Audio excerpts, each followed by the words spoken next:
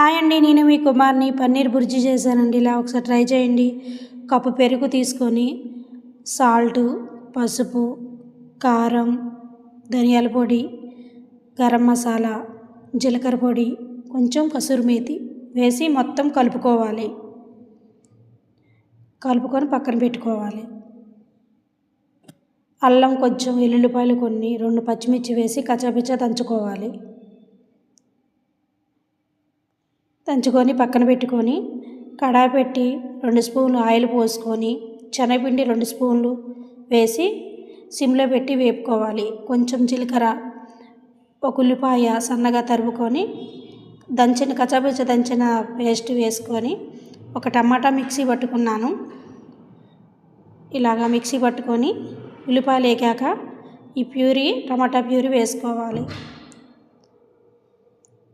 చూడండి, గ్రేవీ మొత్తం మిక్సీ కలుపుకున్నది ఉంది కదండి, అలా కలుపుకొని నూనె పైకి వచ్చాక కలుపుకొని 1 కప్పు వాటర్ పోసుకొని ఇలాగ పలచగా చేసుకోవాలి. పన్నీరు తీసుకున్నానండి. ఇలాగ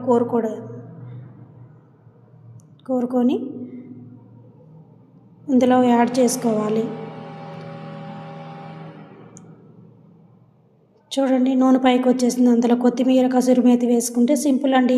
చపాతీలోకైనా రైస్లోకైనా